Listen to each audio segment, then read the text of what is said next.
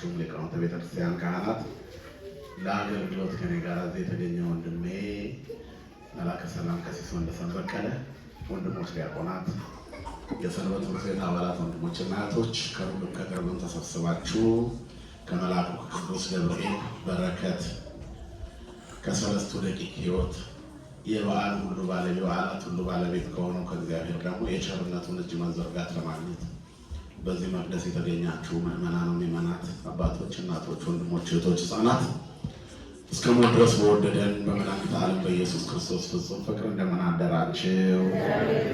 እንደምን አረፈዳችሁ? እንደምን ከረማችሁ? ለባህርይው ሽረት ለመንግስቱ መልፈት የሌለበት የዘመን ዘመናት ባለቤት የጨለማችን ብርሃን የሞታችን ትንሣኤና የትንሣኤያችን ከሞት ወደ ሕይወት ከርክሰት ወደ ቅድስና ያሸጋገረን የደከመ ጉልበታችንን በፍቅሩ ያደሰልን ዘወትር የሚራራልን አባት ድካማችንን አይቶ የሚረዳ ስራታችንን የሚፈታ ስብራታችንን የሚጠግን ፍቅሩ ከእናት ልጅ በላይ ውድ የሆነ መድኃኒተ ዓለም ኢየሱስ ክርስቶስ ስሙ ለዘላለም የተመሰገነ ይሁን። ለዓለም ሕዝብ ሁሉ የተስፋ ምንጭና የድህነት ማስገኛ የሆነች የእግዚአብሔር እናታችን ድንግል ማርያም የመስቀል ስር ስጦታችን የዘላለም አማላጃችን ርሬተ ሕሊና ርሬተ ልቡና ሙሐዘ ፍስሐ የደስታ መፍሰሻ የፍጥረት ሁሉ እመቤት መልዕልተ ኩሉ ፍጡራን መትሕተ ኩሉ መትሕተ ስሉስ ቅዱስ የተባለች ከፈጣሪ በታች የፍጥረቱን ሁሉ ጥያቄ ወደ እግዚአብሔር የምታደርስ እመ እግዚአብሔር ቅርበ እግዚአብሔር ቅርብ የሆነች እግዚአብሔር እናት ስሟ ለዘላለም የተመሰገነ ይሁን።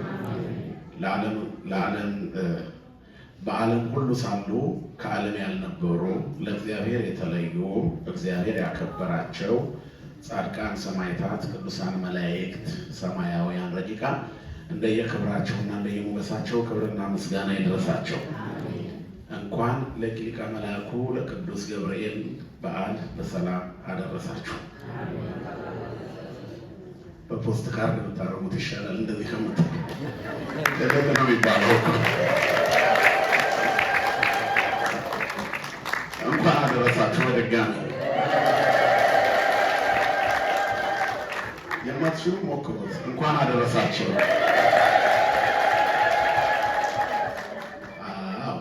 ለምንድን ነው ያመሰገናችሁት? ባያደርሰን ስኖረው። ስለዚህ ለምን አመሰገን ነው ንገሩኝ እስኪ። ለምንድን ነው የምናመሰግነው እግዚአብሔር? ሊቃውንቱን አልጠየቅኩ። ምዕመናኑ ለምንድን ነው የምናመሰግነው እግዚአብሔር? ቸር ስለሆነ ቸር ስለሆነ አይደል? ምስጋና የባህሪ ገንዘቡ ስለሆነ እግዚአብሔር የተመሰገነ ይሁን። አሁን በደንብ አመስግኑት። እግዚአብሔር በባህሪው ምስጉን ነው። ከዓለም አስቀድሞ ምስጉን ነበረ ይላሉ አባቶቻችን። ዓለም ሳይፈጠር በአንድነቱና በሦስትነቱ ከብሮና ተመስግኖ ይኖር ነበረ። ማን ያመሰግነዋል ቢባል ባህሪው ያመሰግነዋልና። ለእግዚአብሔር እኛ የምናመሰግነው ምንጨምርለት ኖሮ አይደለም፣ ግን የተፈጠርንለት ዓላማን ስለሆነ ነው። ብፁዕ ሕዝብ ዘየአምር የብቦ እግዚኦ በብርሃነ ገጽከ ያዕውሩ ወበስምከ ይትፌስሑ ኩሎ አሜረ ወበጽድቅከ ይትለዓሉ እስመ በከኃይሎሙ አንተ። እልልታ የሚያውቅ ሕዝብ ምስጉን ነው። አቤቱ በፊትህ ብርሃን ይሄዳሉ። ዘወትር በጽድቅህ ደስ ይላቸዋል። በስምህም ሙሉውን ቀን ደስ ይላቸዋል። በእውነትህ በጽድቅህም ከፍ ከፍ ይላሉ። የኃይላቸው ትምክህት አንተ ነህና ይላል። የተጠራንለት ዓላማ የተፈጠርነው ልናመሰግነው ነው። ሌላ ቦታ ላይም መዝሙረኛው ዳዊት ግሩምና ድንቅ አድርገህ ፈጥረኸኛልና አመሰግናለሁ። ክብርና ምስጋና ለስሙ ይሁን። አመስግኑ እግዚአብሔር። መንክር እግዚአብሔር በላይ ለቅዱሳን ይሁን። ለጥቂት ደቂቃ ነው የምንማማረው። ታቦተ ሕጉ የሚወጣበት የሚከብርበት ቀን በዚህ ሀገር ዛሬ ስለሆነ ዛሬ የቅዱስ ገብርኤል ክብረ በዓል ነው ማለት ነው። በሀገራችንም ኦልሬዲ ማህሌት ተጀምሯል። ማህሌት ላይ ናቸው። ስለዚህ በቃ አሁን ትክክለኛውን ሰዓትና ቀን ጠብቀን ያከበርነው እግዚአብሔር ለዚህ ክብር ስላደረሰን ስሙ የተመሰገነ ይሁን። መንክር እግዚአብሔር በላይ ለቅዱሳን ይሁን ይላል መዝሙር 67 ቁጥር 35 ላይ ነው የምናገኘው። እግዚአብሔር በቅዱሳኑ ድንቅ ነው ይላል። እግዚአብሔር ሁልጊዜም ድንቅ አምላክ ነው። አሁን ደግሞ ለእኛ ለሰዎች በሚገባን መልኩ እግዚአብሔር በምርጦቹ ላይ ድንቅ ሆኖ ይታያል። በቅዱሳኑ ቅዱሳኑ የተመረጡ በስሙ የተጠሩ ስሙ የታተመባቸው በበጎ ተግባርና በቅድስና በንጽህና አምላካቸውን ለመምሰል የሚጥሩ ወይንም የጣሩና ለውጤት የበቁ ናቸው። ይሄ ዓለም ላይ ስንኖር የመቆያ ስፍራ ላይ ነው። ሰው በምድር ላይ ሲኖር እድሜው እንደ መጠለያ ጣቢያ ዓለምን ይቆጥረዋል። ቅዱስ ጳውሎስም ድንኳን ነው ይለዋል። ድንኳን ማለት ጊዜያዊ መጠለያ ማለት ነው እና ካምፕ ማለት ነው። አሁን ያለነው ካምፕ ውስጥ ነው። ነገር ግን ከዚህ ከካምፑ ይወጡ አሉ። ተፈትነው ነጥረው እሳቱን አልፈው ውሃውን አልፈው ሁሉን ነገር አልፈው ወጥተው የእግዚአብሔርን ክብር ነፍሳቸው ስላወጀች እግዚአብሔር በእነሱ ላይ የተገለጠባቸው የሚሰሩ ቅዱሳን በርካቶች አሉ። የክርስትና ሃይማኖት ኪዳኑ ጽኑ፣ ተልእኮ ከባድ፣ ጉዞ ረጅምና በብዙ መልኩ ፈተና ያለበት ስለሆነ በትጥቅ ይሰለፋል። ክርስቲያን ሳይታጠቁ መሰለፍ አይቻልም።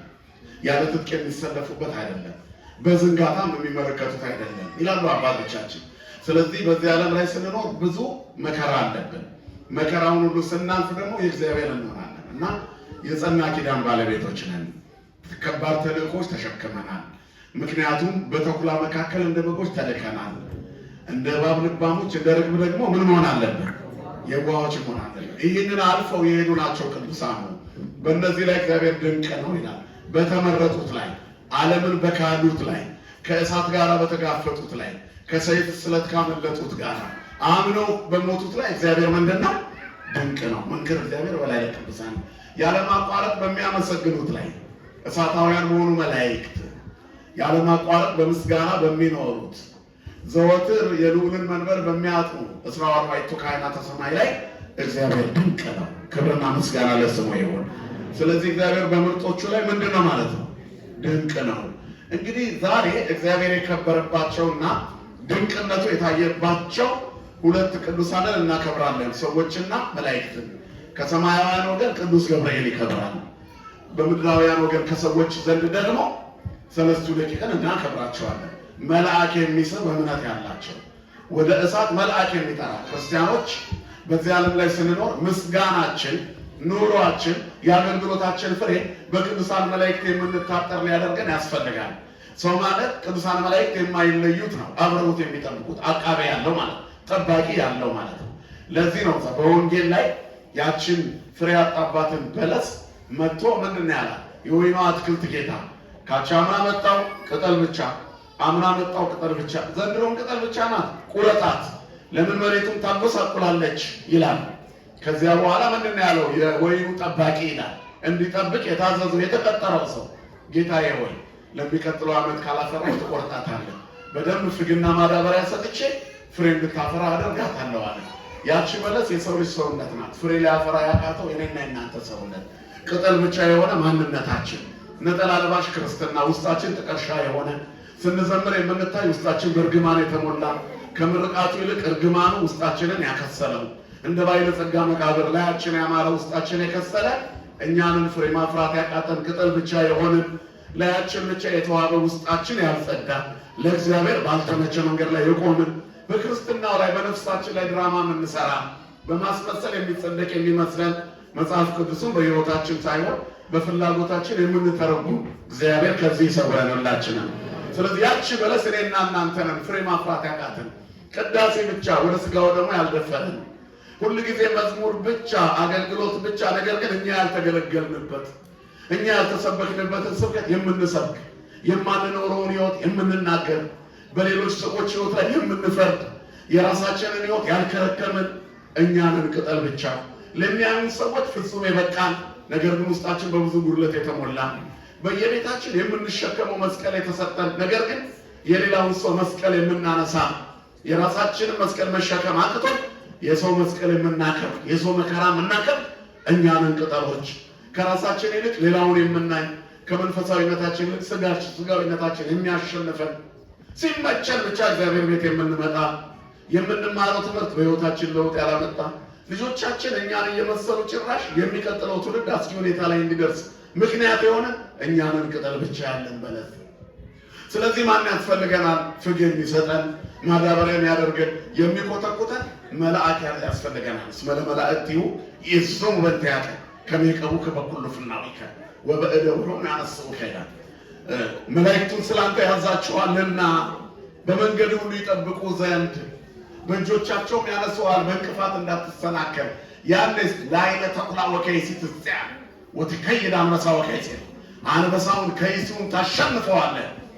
በከይሲው ላይ በእባቡ ጭንቅላት ላይ ትረግጣለህ። ማን? መላእክቱ ሲጠብቁ ሲያነሱ ሲደግፉ ፍሬ ስታፈራ። ክርስቲያን ፍሬ ሲያፈራ ለሌሎች የሚተርፍ ይሆናል። ክርስትና ከራስ አልፎ ለሌሎች መትረፍ ነው። ከራስ አልፎ ለሌሎች መዳን መንገድ መክፈት ነው። ክርስቲያኖች ተላላፊ በሽታ እንዲሆኑ አልተፈጠሩም። አንዳንድ ጊዜ የቤተ ክርስቲያን ሰዎች ሆነን አልባሌ ቦታ ላይ በስሜት ስንራወጥ ስንታይ አንተ ክርስቲያን አይደለም እንዴ እንባላለን። ምን አገባው ሰው ስለኔ ለምን ያወራል? የራሱን ኑሮ አይኖርም እንላለን። ለምን ይኖር? የኑሮ ምልክቶች እኛ ነን እኮ። በተራራ ላይ የተሰራ ከተሰወር ይቻላታል እንዴ? እንደምን አደራችሁ? ይቻላታል እንዴ? አይቻላትም። ስለዚህ ክርስቲያን ከሆንክ ክርስቲያን ሁን። ከዛ ሰው ይህ ምክንያቱም ክርስቲያን ማለት ክርስቶስን የሚመስል ማለት ነው። የክርስትናው ምልክት ይሄ ነው። ያንን እንድናይ ደግሞ እግዚአብሔር ከፊት ያስቀደመልን ሌሎች ምሳሌዎች አሉ። እንደው ቀጥታ ክርስቶስን መምሰል እንኳን እንዳንችል ሌሎች ደግሞ አቅም ስለሌለን ቅዱሳንን አስቀምጦልናል። ተመሰሉ ኪያየ በከመ አነ እትሜሰሎ ለክርስቶስ አምላኬ፣ እኔ አምላኬ ክርስቶስን እንደምመስለው እናንተ እኔን ምሰሉ ይላል ቅዱስ ጳውሎስ ቆሮንቶስ 11:1 ላይ። ሌላ ቦታ ደግሞ ምንድን ነው የሚለው? ተዘከሩ መኳንንቲክሙ ዘነገሩክሙ ቃለ እግዚአብሔር፣ የእግዚአብሔርን ቃል የተናገሯችሁን ዋኖቻችሁን አስቧቸው።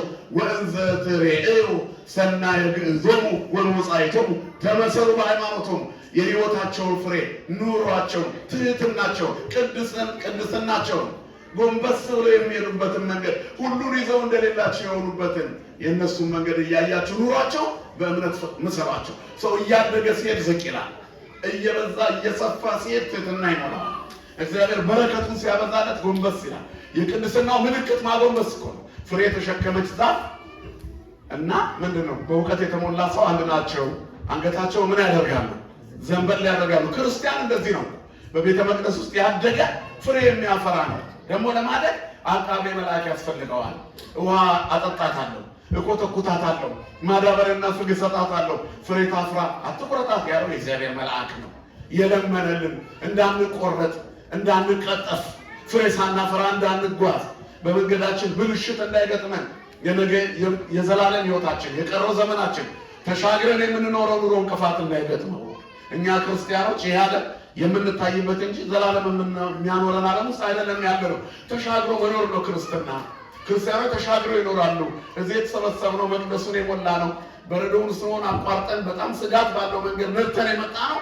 ተሻግሮ ስለመኖር እዚህ ቦታ ላይ ልናስመዘግብ ነው። በሰማያት ብል ነቀዝ በማያበላሸው በሰማይ መዝገብ ለማዘጋጀት ዝግቡ ለክሙ መዝገበ ዘበሰማያት ሀበጻጼ እያማስበው ወይረክቦ ሰራይ በሰማይ መዝገብን አዘጋጁ፣ አጠራቅሙ፣ ገንዘባችሁን በዚህ አጠራቅሙ። መዝገባችሁ ባለበት ይላል መጽሐፍ፣ ልባችሁ በዚህ አለ። ዘበላይሉ ሀልዩ ነው ሀባሉ ክርስቶስ፣ ክርስቶስ ወዳለበት ወደ ላይ አስቡ። በሰማይ ለእናንተ መዝገብን አዘጋጁ፣ ሌባ የማይሰርቀው ብል ነቀዝ የማያበላሸው የቅድስና ቁመና ይኖራችሁ፣ ለሌሎች የሚተርፍ ፍሬያማዎቹ። ለዚያ ደግሞ ምን ያስፈልጋል? የሚኮተኩት መልአክ፣ የሚያጠጣ መልአክ። ክርስቲያን በተክል ይመሰላል። ጻድቅሰ ከመ በቀስት ይፈሪ ወይበዝ ከመ ዘግባ ዘሊባኖስ ትኩላን ሙንቱ ቤተ እግዚአብሔር ነው። በእግዚአብሔር ቤት ስለተተከለ እንደ ዘንባባ ያፈራል፣ እንደ ዝግባ ከፍ ከፍ ይላል፣ እንደ ሊባኖስ ዛፍ ከፍ ከፍ ይላል፣ በቅጠልም ይሰፋል፣ ስር ሰዶ ይታነጻል፣ ፍሬም ያፈራል። ክርስቲያን ወይራ ነው፣ ፍሬም ያፈራል። ቃለ እግዚአብሔር የሚማር ዘዳአሙ ከእግዚአብሔር ስምረቱ ዘወትር በእግዚአብሔር ሕግ ደስ የሚለው ብሎ ምንድን ነው የሚለው? ወይከውን ከመ ዕፅ እንተ ትክል ሀበመዋ ዘማይ እንተቱ ፍሬሃ በበጊዜው ቁጥራን ይትነገር። በውሃ ፈሳሽ ዳርቻ የተተከለ ተክል ነው። በየጊዜው ፍሬዎችን ትሰጣለች። ቅጠሎቿ የማይረግፉ። ክርስትና ማፍራት ነው። ለማፍራት ደግሞ ምን ያስፈልጋል? ደጋፊ ያስፈልጋል። ከደጋፊዎቹ አንዱ ዛሬ የምናከብረው ሊቀ መላእክት ቅዱስ ገብርኤል ነው። አማላጅነቱ አይለየን። ስለዚህ ገብርኤል ብለን ስንመጣ ጠባቂያችን ነው። በእግዚአብሔር ፊት የሚቆምልን ከሰባቱ ሊቃነ መላእክት መካከል በሁለተኛ ደረጃ ስሙ የሚጠራ የእግዚአብሔር መልአክ ቅዱስ ገብርኤል ነው። ቅዱስ ገብርኤል መጋቤ ሐዲስ ይባላል። የሐዲስ ኪዳን ሰባኪ ነው። አስቀድሞ በጥንት ተፈጥሮ በመጀመሪያው ተፈጥሮ የሰው ልጆች ከመፈጠራቸው በፊት እግዚአብሔር መላእክትን ፈጥሮ ተሰወራቸው። 99 ነገደ መላእክት በክብር እንዲቀሩ ያደረገው የእግዚአብሔር መልአክ ቅዱስ ገብርኤል ነው። ንቁም በበላዌነ እስከንረክቦ ለአምላክነ የሚለው የማጽናኛ ቃል ቅዱስ ገብርኤልን ሰባኬ ያሰኘዋል። በሰማይ ላሉት ኃይላት እንኳን ጽናትን የሰበከና ያስተማረ አሁንም እባክህን ፍግ ማዳበሪያና ፍግ እስከማስታቀፋት ድረስ ውሃ እያጠጣው እስከምኮተኩታት ብለው ከሚማጸኑ መላእክት መካከል አንዱ ለሰው ልጆች የሚቆመው እግዚአብሔር መልአክ ቅዱስ ገብርኤል ነው። ዘካርያስ ልጅ አጥቶ ከሚስቱ ከኤልሳቤጥ ጋር ኖረው ባዶ በሆኑ ጊዜ ተስፋ በቆረጡ ጊዜ የተቆረጠውን የሚቀጥል ባዶውን የሚሞላ እግዚአብሔር መልአኩን ላከው። ከዛ ልጅ ትወልዳለህ ሲለው ይሄን እኮ ጥያቄ ፋይሉን ዘግተን መዝገቡን ወደ መዝገብ ቤት መልሰነዋል ነው ቋንቋ። ጥያቄን እኮ ጨርሻለሁ፣ አርጅቻለሁ። ከዚህ በኋላ ምን ይመጣል? እኔ እኮ ገብርኤል ነኝ። በማን ፊት የምቆመው? ንገሩ። በማን ፊት የምቆመው? በእግዚአብሔር ፊት ነው። እባክህን በለሲቱን አትቁረጣት ብዬ የምቆመው እኔ ገብርኤል ነኝ። ማዳበሪያና ፍግ ለዚች ነፍስ እሰጣታለሁ ፍሬ ታፈራለች የምለው እኔ ነኝ። ዘካርያስና ኤልሳቤጥን በስተርጅና ጎብኛቸው፣ ደረቅ እንጨት ማለምለም ትችላለህ ብዬ አምላኬን የምማጸንላችሁ እኔ ነኝ። አነ ውእቱ ገብርኤል ዘእቀውም ቅድመ እግዚአብሔር። ቅዱስ ገብርኤል ይቁምልን ለሁላችን። ስለዚህ ዛሬ የምናከብረው በእግዚአብሔር ፊት የማያሳፍረንን መልአክ፣ በእግዚአብሔር ፊት የሚቆመው መልአክ ነው። እግዚአብሔር በቅዱስ ገብርኤል ላይ ድንቅ ነው። መንክር በላይ ለቅዱሳን ነው። መንክር እግዚአብሔር በላይ ለቅዱሳን ነው። እግዚአብሔር በቅዱስ ገብርኤል ላይ ድንቅ ነው። የማይደረግ ሊደረግ አይቻልም የተባለ ነገር እግዚአብሔር በቅዱስ ገብርኤል በኩል ያደርጋል። ስለዚህ ነው ኤልሳቤጥ ጋር መጥቶ የተቆረጠውን የሚቀጥል እግዚአብሔር እኔ ፊቱ የምቆመው ነው፣ በእኔ ላይ ድንቅ ማድረግ የምችል ነው። ሂድ ንገር ሲለኝ እኮ እኔ አማላጁን ላከኝ፣ እኔ ቆምልሃለሁ። የማይሆን ቢሆን የህይወት ድካም እንኳ ቢኖር እኔ ቆምልሃለሁ አለ። ክብርና ምስጋና ለስሙ ይሁን። ስለዚህ የእግዚአብሔር መላእክት ይቆማሉ። ይታየር መልአከ እግዚአብሔር አውዶሙ ለእለ ይፈርሁ ወያድኅኖሙ። የእግዚአብሔር መላእክት እግዚአብሔርን በሚፈሩ ሰዎች ዙሪያ ምን ያደርጋሉ? ይሰፍራሉ፣ ያድናቸዋል። ስለዚህ ከኛ የሚጠበቀው ባለማይተም መሆን ነው። ለባለማይተም ጠባቂ ያለው እግዚአብሔር በቅዱሳኑ ድንቅ ነው። በቅዱስ ገብርኤል ድንቅ ነው። ስለዚህ ቅዱስ ገብርኤል እግዚአብሔር ድንቅ ስራ ከሰራባቸው ከሰማያውያን መላእክት መካከል ዛሬ ከሚታሰበው አንዱ የእግዚአብሔር መልአክ ቅዱስ ገብርኤል ነው። ገብርኤል ማለት አምላክ ወሰብ እግዚእ ወገብር ማለት ነው። የስሙ ትርጉም የመጀመሪያው ሰባኪ ነው። የመጀመሪያው መምህር ነው። በአዲስ ኪዳንም የመጀመሪያው ሰባኪ ነው። ሰበከ ለነ ልደተ እግዚእ ይለዋል። ወአብሰርካ ለማርያም ድንግል ወትቤላ ተፈሥሒ ኦ ምልዕተ ጸጋ እግዚአብሔር ምስሌኪ። እግዚአብሔር ከአንቺ ጋር ነው፣ ጸጋ ይሞላብሽ፣ ደስ ይበልሽ ብለህ የጌታን ልደት በእመቤታችን በኩል ሰበከን። የመጀመሪያው አማኝ ናት እመቤታችን። በነገራችን ላይ በነገረ መለኮት አስተምህሮ ድንግል ማርያም በክርስትናው የመጀመሪያው ሃይማኖተኛ ናት። ይኩነኒ ብላ ያመነች፣ ሊደረግ የማይችል በምሳሌ ሊገለጥ የማይችለውን ነገር ቅዱስ ገብርኤል እመቤታችንን የረታበት ቃል እስመ አልቦ ነገር ዘይሳነው ነው። በየት በኩል ይረታታል? ቅዱስ ገብርኤል በሰው ልጆች የህይወት ጉዞ ውስጥ በብዙ ቦታ ላይ ስሙ ይጠቀሳል። በሚጠቀስባቸው ቦታዎች ላይ በሙሉ ደግሞ ቅዱስ ገብርኤል ደራሽ መልአክ ነው። ለሁላችንም የሚደርስልን ወጋሮች ስሙ ሰውና አምላክ ነው። የእግዚአብሔር አገልጋይ ወይንም አምላክ ወሰብ ማለት ነው። እግዚእ ወገብር እግዚአብሔር እና አገልጋይ፣ የእግዚአብሔር አገልጋይ የሚለውን ስም ይሰጣል። ስለዚህ በቤተ መቅደስ ለሚመላለሱ፣ በቅዳሴ በተለያየ ነገር ደጅ የሚጠኑ፣ ወንጌል ለሚሰሙ፣ ለሚሰግዱ፣ ንስሐ ለሚገቡ፣ ለሚጸልዩ ቅዱስ ገብርኤል ጠበቃቸው ነው። ክብርና ምስጋና ለስሙ ይሁን። እግዚአብሔር በቅዱስ ገብርኤል ላይ ለእኛ ምናችን ነው ማለት ነው? ድንቃችን ነው። እግዚአብሔር ድንቅ ነገር ለሁላችንም ያደርግልን። ቅዱስ ገብርኤል ብዙ ታሪክ አለው። ሰዓቴ እንዳያልቅብኝ ብዬ ነው። በመላእክት ዓለም ውስጥ መላእክቱ ከካዱ በኋላ አነ ፈጠርኩክሙ ያለው ዲያብሎስ ነው። የሥላሴን ቦታ ይዞ እኔ ፈጣሪ ነኝ አለ። ማይቴ መጻይ ነኝ ወመኑ ፈጠረነ፣ ከየት መጣ ማን ፈጠረን ብለው ይነጋገሩ ጀመር ይላል መላእክት እርስ በራሳቸው። በዚህ ጊዜ ነው እኔ ፈጠርኳችሁ ብሎ የተናገረው ዲያብሎስ ነው። ሳጥናኤል ይህን በማለቱ አሐዜ መንጦላዕት አቅራቤ ስብሐት የነበረ ከመላእክት አለቃቸው የነበረ በእግዚአብሔር መለኮታዊ ክብር ስለተገዳደረ ወደቀ። ታዲያ አብረውት የወደቁ መላእክት ተከታዮቹ ወደቁ።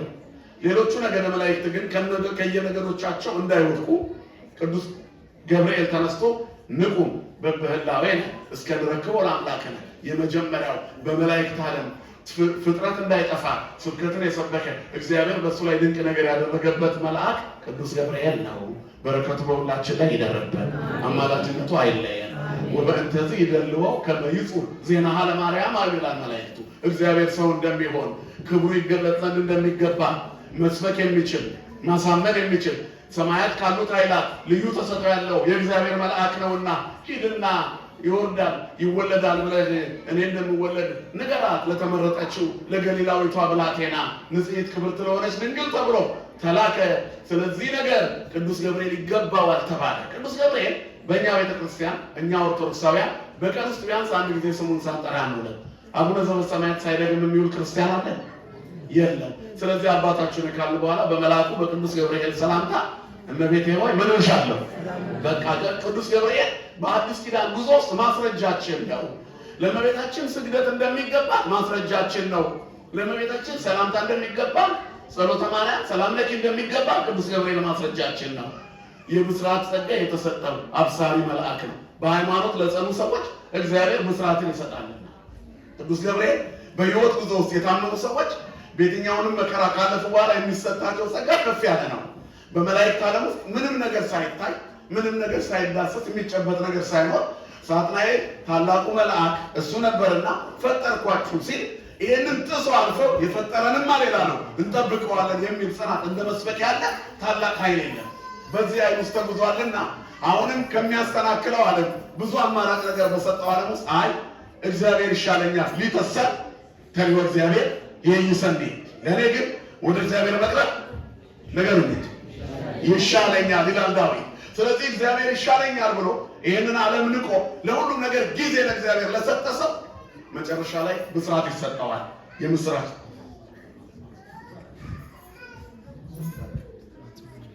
ስለዚህ የመጨረሻው ብስራት የመጨረሻው በረከት ይሰጠዋል። እግዚአብሔር በረከቱን ለሁላችንም ያድለን። ስለዚህ ነው ቅዱስ ገብርኤል ሰብኳልና አስቸጋሪ በሆነው ሰዓት ሁላችንም አንድ ነን ፈጣሪያችንም አለ ብሎ ተናግሯል። በዚህ ምክንያት ሊቀ መላእክት ሆኗል፣ ከብሯል። ስለዚህ ይገባዋል አለ። በእንተዚህ ደልዎ ከመይጹር ዜናሃ ለማርያም ለእመቤታችን የሚነገሩ የምስራች የትውልዱ ብስራት ለፍጥረት ሁሉ በምንም ነገር የማይለካ የማይመዘነውን የእግዚአብሔርን ጉብኝት ዜናውን ተሸክሞ ወደ እመቤታችን እንዲመጣ ተላከ። ከመጣት በኋላ ስብከቱ ልዩ ነበር። ወደ እመቤታችን ከመምጣቱ በፊት ዘካርያስ ጋር መጥቶ ነበር አይደል? በስተርጅና ልጅ ታገኛለህ አለው። ቅድም እንደጠቀስነው ዘካርያስ ቢከራከር ድዳ ትሆናለህ፣ እኔ እኮ በእግዚአብሔር ፊት የምቆመው አማላጅ ነኝ አለ። ስሙ ለዘላለም የተመሰገነ ይሁን።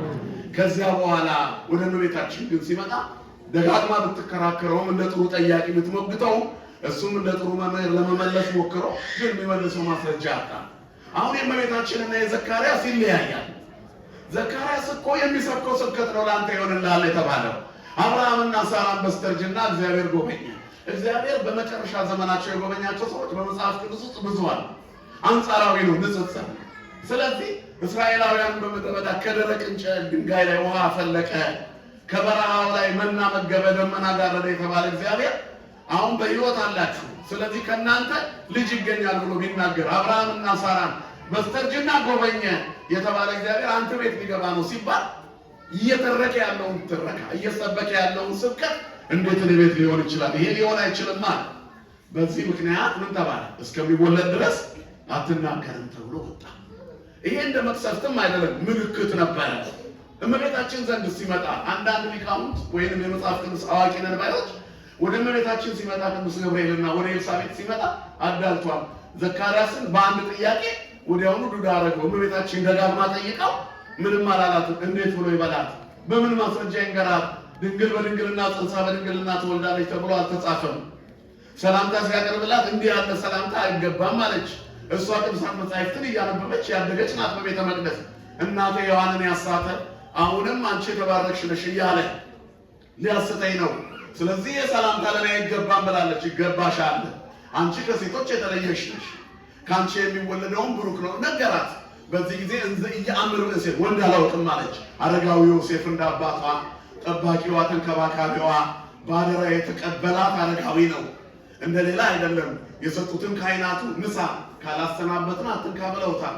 ምንም ይሁን ምንም እርሱ በላይዋ ላይ ብርሃንን እያየ የሚጠብቃት ስስቱ ነበረች። ስሟ የተመሰገነ ይሁን። ስለዚህ ወዲያውኑ ይላል የእግዚአብሔር መልአክ መንፈስ ቅዱስ ነው የሚጸልልሽ የሩላይ ላይ ያድርብሻል ይሄንን ሁሉ ብሏታል ግን ማስረጃ የለውም በመጨረሻ ምን አላት ኤልሳቤጥ እኮ በስተርጅና ልጅ አገኘች አላትና ያንቺስ ቢሆን የሚሳነው ነገር አለ እግዚአብሔር አላት የሚሳነው አለ እንደ እግዚአብሔር ነገር እንጂ ነያ አመቱ ለእግዚአብሔር ሁሉ አለች ስሟ ለዘላለም የተመሰገነ ይሁን ስለዚህ መልአኩ ምንም አላለም እመቤታችንን የረታበት ቃል እግዚአብሔር የሚሳነው ነገር የለም የሚል ነው የትኛውንም ተአምር ብንናገር መንፈስ ቅዱስ የሚሳነው ነገር አለ እንዴ የለም በቃ የቅድስና ትልቁ ጥግ እግዚአብሔር ሁሉን ቻይ ነው ብሎ ማመን ነው ከዚህ በኋላ ይኩነን ያለች ቅዱስ ገብርኤል ነው ይሄንን ትልቅ መስራት ለእመቤታችን በትህትና አደግድጎ ብሩክት አንቲ እምአንስት አንቺ ከሴቶች መካከል ብሩክት ነሽ የተባረክሽ ነሽ ቅድስት ነሽ ንዕድ ክብርት ነሽ ኩለንታኪ ሰናይትን ተሃቤ አልብኪ ነው ወይ እንትን ይበላልክ ያለው ሶሎሞን ሁለንተናሽ ውብ ነው የለብሽም በኔ ዘንድ እያለ የመሰከረላት ሶሎሞን የተናገረላት እህቴ መልአክ ከምትወለድበት ፀሐይም ሊባኖስ ያላት በሊባኖስ ተራራ የተገኘችዋ ታላቋ ብርሃን ደማቋ ጨረቃ ገና የ15 ዓመት ብላቴና ሆና ሳለ የእግዚአብሔር መልአክ የ14 ዓመት ብላቴና ሳለች የእግዚአብሔር መልአክ ወደ እርሷ መጥቶ ትጸንሻለሽ ትወልጃለሽ አላት ይህ ድምፅ ስትሰማ እመቤታችን 12 ዓመት መቅደስ ቆይታ በ3 ዓመቷ ተሰጣ እንደወጣች ነበር የሰማችው ከብዙ ንግግር በኋላ ይኩነን ያለች ስሟ ለዘላለም የተመሰገነ ይሁን ስለዚህ ገብርኤል በሰዎች የማዳን መስመር ውስጥ ባለውለታ ነው ማለት ነው እመቤታችን ሐርና ወርቁን እያስማማች ስትፈትል ወንዘ ትፈትል ወርቅ ወሜላት ወርቅና ሐርና ወርቁ ስታስማማ መለኮት ከትውፊት በሷ እንደሚዋሃዱባት ከስጋዋ ስጋ ከነፍሷ ነፍስ ነስቶ በውስጧ የመለኮት መገለጥ በተዋህዶ ከስጋዋ ስጋ ከነፍሷ ነፍስ ነስቶ እንደሚዋሃድ አስቀድማ በምስጢር ያንን ታደርግ ነበር ይላሉ ሊቃውንቱ ስሟ የተመሰገነ ይሁን የዚህ ሁሉ አብሳሪው መልአክ ማን ነው ብያቸዋለሁ ቅዱስ ገብርኤል ይሄ መልአክ ነው ዛሬ የምናከብረው በብዙ ታሪክ ውስጥ አለ መልአክ ዳንኤልን የረዳው ከዚያ ቀጥሎ ደግሞ በዚያው ዘመን ናቡከደነጾር የሚባል ንጉስ በጣም ታላቅ አምባገነን ዓለምን እንደ ገል ቀጥቅጦ እንደ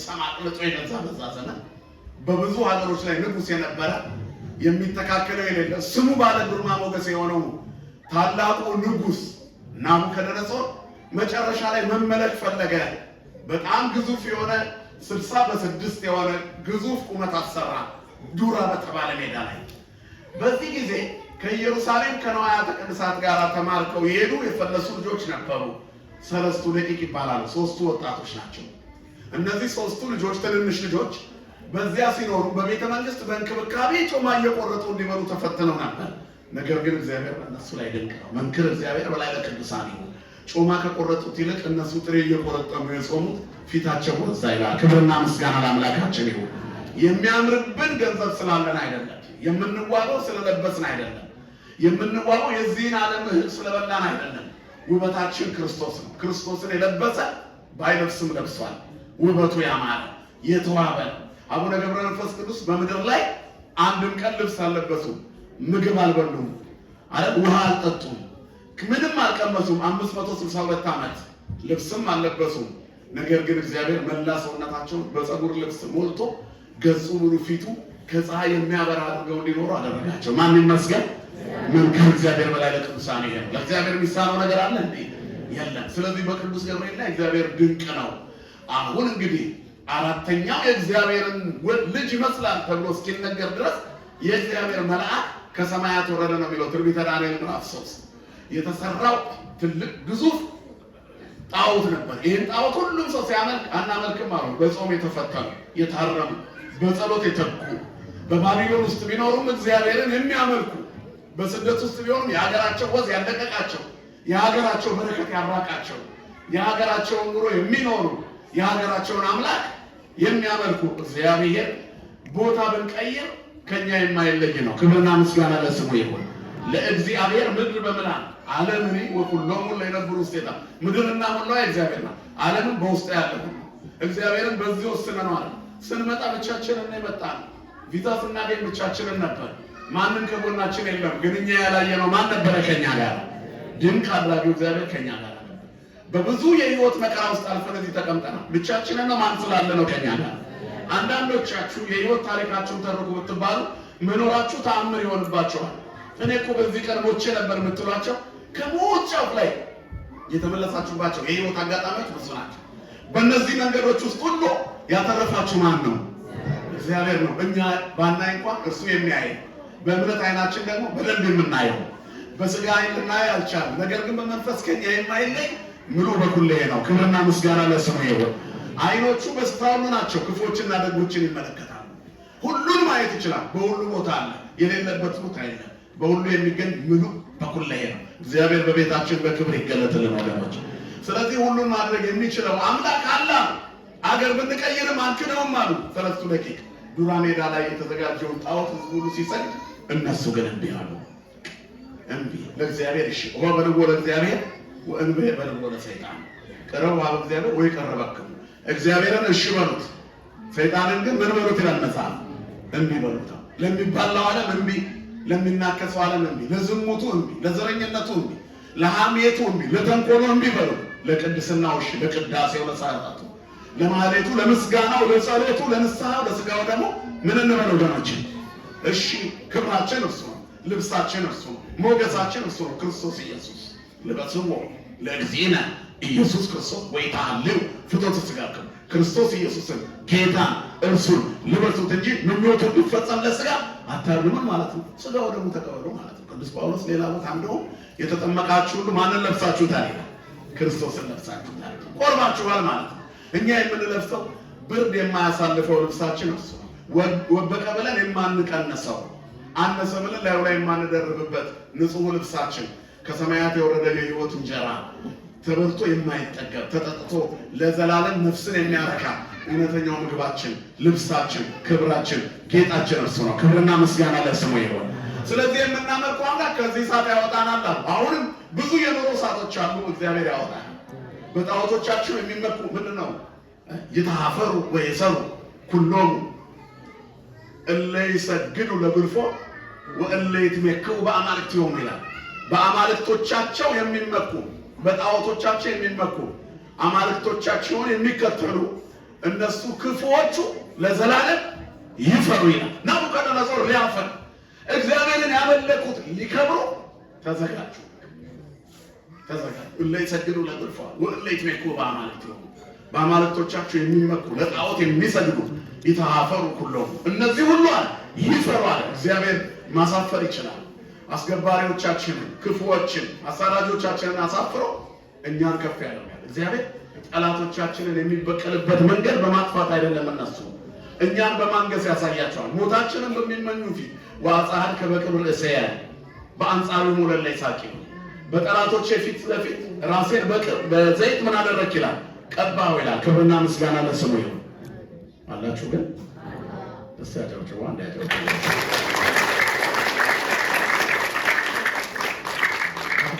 ያንቀላፋው ምን ተገኘ ብሎ እንዲነቃ ብዬ ነው። እሺ እግዚአብሔር ከሁላችን ጋር ይሁን። ስለዚህ በአማልክቶቻቸው የሚመኩ፣ በጣዖቶቻቸው የሚመኩ፣ ለጣዖት የሚሰግዱ ይፈሩ ይላል። ስለዚህ ናቡከደነፆር ሊያፍሩ እግዚአብሔር ሊከብር ሰለስቱ ደቂቅን አዘጋጀ። መንክር እግዚአብሔር በላይ በቅዱሳን ይሁን። እነዛ ሶስት ልጆች ባይኖሩ ኖሮ ማን ምን ያመጣ ነበረ? ቅዱስ ገብርኤልስ መች ከሰማይ ይመጣ ነበረ? አያችሁ፣ እግዚአብሔር በቅዱሳኑ ድንቅ ነው። አንሰግድም አሉ በጾም በጸሎት። ሁለተኛዎቹ የዚህ ታሪክ ባለቤቶች ለመልአኩ መምጣት፣ ለሰማይ መከፈል፣ ለእግዚአብሔር ክብር መገለጥ ምክንያት የሆኑት ቅዱሳን ናቸው። እግዚአብሔርስ በእኛ ቤት መቼ ነው ድንቅ የሚሆነው? እግዚአብሔርስ በእኛ ሕይወት መቼ ነው ድንቅ የሚሆነው? እግዚአብሔርስ በእኛ ትዳር፣ በእኛ ኑሮ፣ በእኛ ልጆች ላይ እንዲገለጥ መቼ ነው በሩን የምንከፍተው? እግዚአብሔር እንደ ሰለስቱ ደቂቅ ያለ ልቦና ለሁላችንም ይስጣል። አንሰግድም ለጣዖት አሉ፣ እምቢ አሉ። ኦሆ በልቦ ለእግዚአብሔር አለ ያዕቆብ በኋላ ለአዲስ ኪዳን ለእኛ ሲጽፍልን ለእግዚአብሔር እሺ በሉት፣ ወእንበ በልቦ ለሰይጣን፣ ለሰይጣን እምቢ በሉ፣ ለክፉ ዓለም እምቢ በሉ። ብዙ እምቢ ልንላቸው የሚገቡ ነገሮች አሉ። ከላያችን ላይ አውልቀን በቃኝ የምንላቸው ሱሰኝነት፣ ሐሜት፣ ምቀኝነት፣ ተንኮል፣ ክፋት፣ ሟርት፣ መተት፣ ጥንቆላ እግዚአብሔር ከኛ ላይ ነቅሎ ይጣልልን ወገኖች። ስለዚህ እነዚህ ሁሉ ጣዖቶች ናቸው። ሰው አምኖ ለተሸነፈለት ለዚያ ነገር ባሪያ ነው ይላል። የተሸነፍሽለት ነገር የለም። እጅ የሰጠሽለት ከእግዚአብሔር እቅፍ ያስወጣሽ መጥፎ እንደሆነ የምታወቂው እተወዋለሁ ብለሽ እየማልሽ እየተገዘትሽ ግን የሆነ ስትደርሺ የምትሸነፊለት፣ ስትደርስ የምትሸነፍለት፣ ሁለመናህን የተቆጣጠረ ለእግዚአብሔር ያልተመቸ ራስን ማሸነፍ ያቃተ ቦታ የለም። መድኃኒዓለም ይዋጋልን ለሁላችን። ቅዱስ ገብርኤልን የላክልን እሳቱ ያስፈራ ነበረ። ድምፁ ነጎድጓዱ በጣም ያስፈራ ነበር። ሰባት እጥፍ እንደዳለ ስልጣን እሰጣቸዋለሁ ቢላቸው አንፈልግም አሉ። የምናመልከው አምላክ ከዚህ ቶንሳል ያደነናል። ባያደነንም እንኳን ለጣዖቱ ምን አለ አንሰግድም። ግን እግዚአብሔርን ተጠራጥረውት ነው ባያደነንም እንኳን አይደለም። እሳት ውስጥ ገብተን በዛው ብንሞት እንኳን ጥሪያችን በዚህ ሆነ ሰማዕትነት ይሆንልናል። ትልቁ መልእክት ባይሆን ተብሎ በአማራጭ ደረጃ የሚያዝ ስርዓት አምልኮ የለም። ይሆንልኛል ተብሎ በእግዚአብሔር ለተወደዱ ምንድን ነው እንደ ሐሳቡ እንደሚሄዱ ነገር ሁሉ ለምን ይሆንላቸዋል? ለበጎ። እግዚአብሔር በእኛ ቤት ውስጥ የሚያደርገው ነገር ሁሉ ለበጎ ነው። የተሸከምናቸው መስቀሎች ይኖራሉ እኮ ቤታችን ውስጥ፣ ትዳራችን ውስጥ፣ ኑሯችን ውስጥ፣ ጓዳችን ውስጥ የከበደን ሸክም እኮ ይኖራል። የሆነ ቀን ሊያነሳው መጀመሪያ ትከሻችን እንዲደላደል እግዚአብሔር ይፈቅዳል። እግዚአብሔር ሰውን ለመከራ አሳልፎ የሚሰጠው አንድ ነገር አዘጋጅቶ ነው። ለሰለስቱ ደቂቅ እሳት ሲዘጋጅ ከውስጥ ግን ገብርኤል ተዘጋጅቶ ነበር። እግዚአብሔር በቅዱሳኑ ድንቅ ነው፣ ስሙ የተመሰገነ ይሁን። ድንቁን ነገር ሊያደርግ እግዚአብሔር አስቀድሞ አዘጋጅቶታል። ስለዚህ ምንም አላዩም የሚገፈትሯቸው ሰዎች በእሳቱ ወላፈን ተበሉ ይላል። የእሳቱ ወላፈን በላቸው፣ ሞቱ። የተገፈተሩት የእሳቱን ኃይለኝነት ለማስረጃ ወላፈኑ የገፈተሩትን በላቸው። እነሱስ ሰተት ብለው ገቡ ወደ እሳቱ። ማንን ይዘው ንገሪ? ማንን ይዘው? እግዚአብሔርን ይዘሽ ግቢ፣ ገብርኤል ካንቺ ጋር ነው። እግዚአብሔርን ይዘሽ የትኛውም ቢወጥ ግባ፣ ቅዱስ ገብርኤል ካንተ ጋር ነው። ስሙ የተመሰገነ ይሁን። ስትስት እንኳን ኧረ ማዳበሪያና ፍግ ትንሽ እሰጠዋለሁ አትቁረጠው ብሎ ይነግርልሃል እግዚአብሔር። ሄደሽ መንገድ ላይ ደክሞሽ ብታቋርጭ አይ ቀጥይ ብሎ ይደግፍሻል። አይዞሽ ደግፎ ያሻግረናል ቅዱስ ገብርኤል፣ ስሙ ለዘላለም የተመሰገነ ይሁን። ስለዚህ ገብርኤል መልአክ ነው። የእነዚህ እምነት የሰለስቱ ደቂቅ እምነት ሳበ።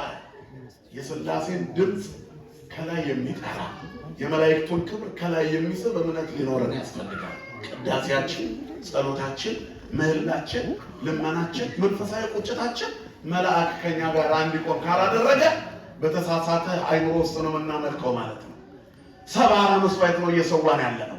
ቂም በቀል የሌለበት ንጹሕ የሆነ ከዘረኝነት የጸዳ ከተንኮል የጸዳ ስርዓት አምልኮ ካላደረግን እንደ ባዶ ጀሪካን መጮህ ብቻ ነው። ከጣራ በላይ ብንጮህ እግዚአብሔር አይሰማ። እንደማንሰማ የአንደበትን ጩኸት ቸል እንላለን። የውሳጣዊ ልብ ሹክሹክታ ለውሳት እንሰማለን። አባቴ እኔና መንፈስ ቅዱስ ይለናል። ወልድ ዋሕድ የድንግል ልጅ የአብ ልጅ ስሙ ለዘላለም የተመሰገነ ይሁን። ሰለስቱ ምዕት ቅዳሴ ነው። እንደማንሰማ አባቴ እኔና መንፈስ ቅዱስ ከጣራ በላይ ያለ የአንደበት ጩኸት ዝም። የልብ ጩኸት ደግሞ በንጽህና ሲሆን እንሰማለን። ንጹሑንና መልአክ የሚስብ እግዚአብሔርን በዙሪያቸው የሚያቆም እምነት እንዲኖረን እግዚአብሔር ሁላችንን ይርዳል። ትልቁ ንጽህና ይሄ ነው። ንጹሕ የሆነ ነው። ይህን ትልቅ በረከት የሚያገኘው መኑ ያድር ውስተ ደብረ እግዚአብሔር ወመኑ ይቀውም ውስተ መካነ መቅደሱ ብሎ ዘንጹሕ ልቡ ንገር ወንጹሕ ደዊሁ። በቃ ልቡ ንጹሕ የሆነ ያመነ በልቡ ኑፋቄ ያለበት አይቀርባል። በልቡ መጠራጠርን ያሰበ ቢኖር ምንድን ነው የሚለው? ይበል ይላል ቅዳሴ ጊዜ ከሰባቱ ኪዳናት። በጥርጣሬ የሚመለክ አምላክ የለንም። በጥርጣሬ የምናስገባው ማመልከቻ የለም። በጥርጣሬ የሚጸለይ ጸሎት የለም። እግዚአብሔር ይችላል አይችልም? ይችላል በሉ በቃ እግዚአብሔር ይችላል። ይሄ ቅዱስ ገብርኤል ስብከት እኮ ነው። ለእግዚአብሔር የሚሳነው ነገር የለም። እግዚአብሔር ሁሉን ይችላል። አይቻልም የሚል ሀሳብ ከክርስቲያኖች ከጭንቅላታችን መዝገበ ቃላት ተፍቆ መውጣት ያለበት ቃል ቢኖር አይቻልም። ለሰው የማይቻል ለማን ይቻላል? እግዚአብሔር ሁሉን ይችላል። ባሕሩን መሙላት ይችላል። እሳቱን ማብረድ ይችላል። ስለዚህ ሃይማኖተኞቹ ሰዎች በዛሬው ዕለት ይመሰገናሉ። በእነዚህ በሁለቱም ላይ ድንቁ ማን ነው ወገኖች? እግዚአብሔር ነው። መንክር እግዚአብሔር በላይ ለቅዱሳን ነው። ስለዚህ እግዚአብሔር የሚከብርበት ሕይወት እንዲኖረን የሰለስቱ ደቂቅ የእምነት ሕይወት ያሳየናል። ከፊት ጊዜያዊ አደጋ ፈርተን ዘላለማዊ በረከት እንዳናጣ፣ አድርባዮች ሆነን ከወንጌል መንገድ እንዳንወጣ፣ እግዚአብሔርን ደስ የማያሰኘውን ነገር አጠገባችን ጋር ላለው እንቅፋት መሻገር ብለን እንዳናደርግ እግዚአብሔር ሁላችንንም ይርዳ። ስለዚህ እሳቱ ውስጥ ከተወረወሩ በኋላ ገቡ። በእሳቱ መካከል እሳታዊው መልአክ ክንፎቹን ዘርግቶ ከነሱ ጋር ተገኘ። የወረወርናቸው ሶስት ናቸው። አራተኛው ምንድን ነው? ወልደ እግዚአብሔር ይመስል የአራተኛው መልክ የእግዚአብሔርን ልጅ ይመስላል አለ ናቡከደነፆር። ገጹ በጣም ያበራ፣ ሁለንተናው በብርሃን የተሞላ ክንፎቹን የዘረጋው መልአክ ቅዱስ ገብርኤል እሳቱን አብርዶት በመካከል አብሯቸው ያመሰግን ጀመር። ክብርና ምስጋና ለአምላካችን ይሁን። ስለ እግዚአብሔር ስንገባ ከእኛ ጋር መላእክት ያመሰግናሉ። ሐዋርያት ሥራ ምዕራፍ 16 ላይ ቅዱስ ጳውሎስና ቅዱስ ሲላስ እንደዚሁ እንደ ሰለስቱ ደቂቅ ነው የገጠማቸው። የእግዚአብሔር መልአክ ቅዱስ ገብርኤል በወይኒ ቤት ሲዘምሩ አብሯቸው ገባ አይደለም መጽሐፍ ገብቶ የወይኒውን መሰረት አናወጠው። ሲዘምሩ አብሯቸው ይዘምር ጀመር። የመላእክቱ ዝማሬ ሰንሰለት ይፈታል፣ እስራትን ይፈታል፣ ሰንሰለት ይበጥሳል። እግረ ሙቃቸው ከእግራቸው ላይ እንደ ፈትል ይላል፣ እንደ ፈትል እየተበጣጠሰ ወደቀ። ያመለጡ መስሎት የወይኒ ቤቱ ጠባቂ ራሱን ሊገል ሰይፍ መዘዘ። ተው ሰይፍህን ጣል አለ። ክርስትና ሰይፍ መጣል ነው። ከዛስ መስቀል ማንሳት ነው። የተቀየረ መሳሪያ ይኖራል። መሳሪያችን መስቀል ነው። ኃይላችን መስቀል ነው። ጉልበታችን መስቀል ነው። ክብራችን መስቀል ነው። መዳኛችን መስቀል ነው። መስቀል እንድንይዝ እግዚአብሔር ሁላችንን ይርዳ። ስለዚህ ያ የወይኒ ቤት ጠባቂ መስቀል ያዘ። ምን ሆነ? እሱና ቤተሰቦቹ ተጠመቁ። ለምን? የነ ቅዱስ ገብርኤል ምስጋና ከነ ቅዱስ ጳውሎስ ጋር ሲገለጥ እነዚህ ሰዎች የወይኒ ቤቱን ጠባቂ ከነ ቤተሰቦቹ ማረክ። ዝማሬያችን ይህ አማንያንን መማረክ አለበት። ማህሌታችን ይህ አማንያንን መማረክ አለበት። እነ ቅዱስ ገብርኤልን የሚስብ ንጹህ መስዋዕት መሰዋት አለበት። ቅዱስ ገብርኤል ከሁላችን ጋር ይሁን። በሰማነው ቃል ይባርክ። ዛሬ ቅዱስ ገብርኤል እሳቱን ያበረደበት ሰለስቱ ደቂቅን ያዳረበት ነው። በሁሉም የክብሩ ባለቤት እግዚአብሔር ነው። ክብሩን ሁሉ መድኃኔዓለም ይውሰድልን። የመልአኩ የቅዱስ ገብርኤል አማላጅነት አይለየን። የሰለስቱ ደቂቅ በረከት በሁላችን ላይ ይሁን። ይቆየን። ስብሐት ለእግዚአብሔር።